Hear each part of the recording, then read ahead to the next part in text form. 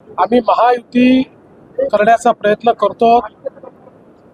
जास्तीत जास्त ठिकाणी भाजप आणि शिवसेनेची युती होईल, काही ठिकाणी भाजप शिवसेना राष्ट्रवादी युती होईल, एखाद दोन ठिकाणी भाजपा राष्ट्रवादी युती देखील होताना आपल्याला पाहायला मिळेल। आता तुम्ही पुण्यामध्ये मला विचारालच म्हणून सांगतो, पुण्यामध्ये मात्र अजितदादांची आमची चर्चा झालेली आहे। आम्ही दोघेही इथले मोठे पक्ष आहोत। भाजपने 5 वर्षात चांगल्या पद्धतीनं पुण्याचा विकास केलेला आहे, त्यामुळे कदाचित पुण्यामध्ये राष्ट्रवादी काँग्रेस आणि भारतीय जनता पार्टी अमोरासमोर लढताना त्या ठिकाणी पाहायला मिळतील।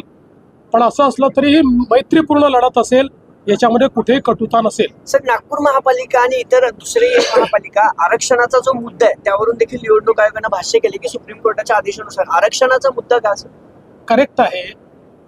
नागपूर महानगरपालिका आणि चंद्रपूर महानगरपालिकेमध्ये आरक्षण हे 50% वर गेलेलं आहे, पण माननीय सर्वोच्च न्यायालयाने सांगितलं की यांच्या निवडणुका घ्या, फक्त जो निकाल आहे तो आमच्या अंतिम निर्णयाच्या अधीन राहील। आम्ही अंतिम निर्णयात जो काही निर्णय घेऊ तो या 2 महानगरपालिकांना लागू असेल। शिवसेना एकत्र असेल का सोबत? शिवसेना शक्यतोवर सगळीकडे आमच्या सोबत असेल।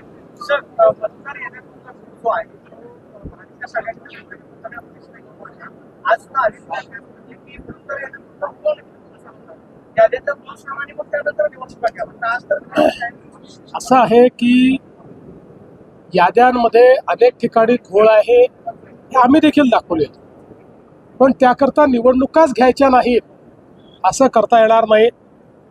गेले 20-25 वर्ष जे निवडणुका लढवत आहेत त्यांना माहिती आहे, कमी अधिक प्रमाणात आपल्या याद्यांमध्ये घोळ असतोच। आता जेव्हा SIR सुरू झालाय त्यानंतर कदाचित याद्यांमधला घोळ कमी होईल पुढच्या काळात। तर माझं मत असं आहे की इलेक्शन कमिशनने आपल्या याद्या ब्लॉकचेनमध्ये टाकाव्यात। त्या ब्लॉकचेन पद्धतीनं जर तयार झाल्या तर त्यातला घोळ हा नेहमी करता संपवता येईल, पण त्याकरता माननीय सर्वोच्च न्यायालयाचे आदेश मिळाल्यानंतरही काही ना काही कारण काढून निवडणुका पुढे करा हे योग्य नाही आहे। या ठिकाणी स्थानिक स्वराज्य संस्थेमध्ये निवडून आलेले प्रतिनिधी असले पाहिजेत, त्यांच्यासाठी स्थानिक स्वराज्य संस्था असली पाहिजे, आणि म्हणून आमची मागणी आहे की या निवडणुका वेळेवरच व्हाव्या। सर, महापालिकेत ठाकरे देखील एकत्र येण्याची शक्यता आहे। दोन्ही ठाकरे एकत्र आले तर भाजपला धोका असेल? इच्छुक आहेत असं म्हटलं जातं। 20 ते 25 नगरसेवक तुमच्याकडे येण्यासाठी इच्छुक आहेत, तर तुम्ही काही इंटरव्ह्यू करणार आहात काय या काळात? की महाराष्ट्रामध्ये आमच्या पक्षात येण्याची लोकांमध्ये ओढ आहेच। आता कोणाला घ्यायचं आणि कोणाला घ्यायचं नाही हे आमच्या पक्षाचे अध्यक्ष आणि त्या ठिकाणचे आमचे प्रमुख नेते हे मिळून याचा निर्णय घेतील। याचा काही सरसकट कुठलाही निर्णय नाही। सर, ठाकरे दोन्ही बंधू एकत्र येत आहेत, हा एक पक्का निर्णय आहे आमचा, आणि त्या ठिकाणी शिंदे साहेबांचं ठरलाय की एकमेकाचे घ्यायचे नाही।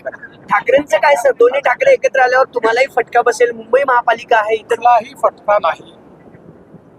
दोन्ही ठाकरे एकत्रित आले तरी नाही आले तरी, दोन्ही ठाकरे एकत्रित आल्यानंतर काँग्रेसही त्यांच्यासोबत गेली तरीही मुंबईकर भारतीय जनता पार्टी शिवसेना आमच्या महायुतीलाच निवडून देतील।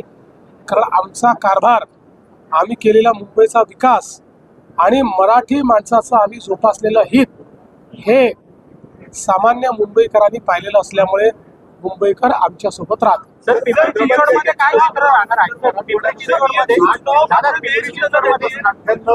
दाखले दिले गेल्याची आकडेवारी समोर आहे, तर तुम्ही म्हटलं तसं छाननी म्हणून दाखले दिले जातात।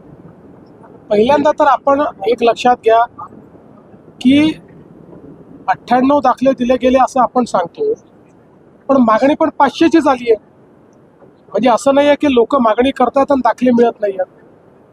जी मागणी आली त्या तुलनेमध्ये सगळी त्या ठिकाणची छाननी करून ते दाखले दिले जात आहेत। ही प्रोसेस आहे, त्यामुळे प्रोसेसमध्ये जे बसतायत कोणालाही दाखले डिनाय केले जात नाही। सर,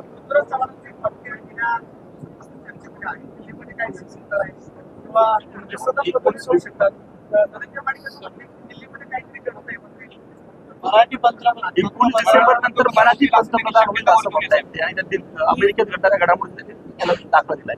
आत्तापर्यंत वेगवेगळ्या नेत्यांना साक्षात्कार होत होते, स्वप्न पडत होती, भविष्यवाणी ते करत होते, हे आम्ही बघितलेलं आहे.